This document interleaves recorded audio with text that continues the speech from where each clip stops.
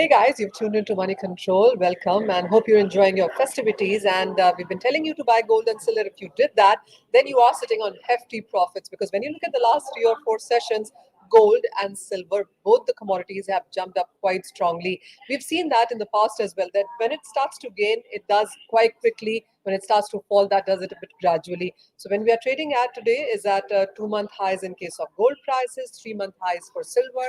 Gold gained up by 2% overnight. Silver was up nearly 8 to 9% at one point in time. So we jumped up quite smartly from $18 to $20.50 on the higher side. When you look at the Indian silver prices in last week, 10 days, we've seen the silver prices come back from 52,000 rupees per kg of a low to 61,000 rupees on the higher side right now. And even at these current levels, even as the Asian market has stopped and European trading has begun, we still are looking at buying happening in this time zone as well.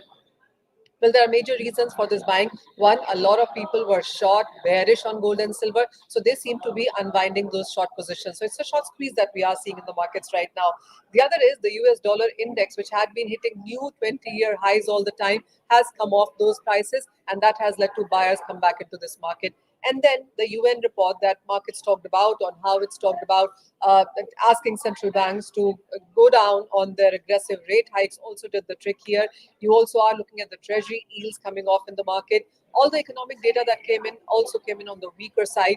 The US manufacturing numbers were the lowest that you've seen in last 2 years in sense of expansion.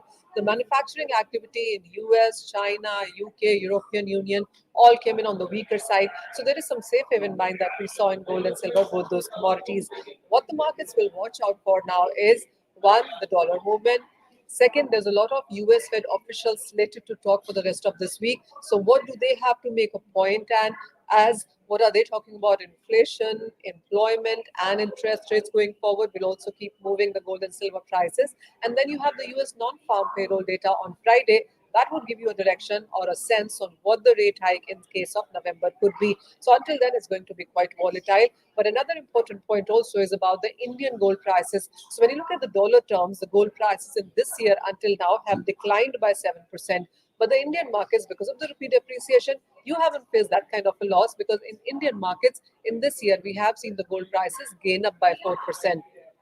Silver is slightly tricky. In the international markets, in dollar terms, you have seen silver prices decline by 11% in this year. But in the Indian markets, the decline has been restricted to only by 2%. At these current levels are well, which do look quite lucrative, and we have seen a lot of improvement on charts. If these current levels hold on a daily closing basis, then you are looking at higher highs continuing in case of gold prices.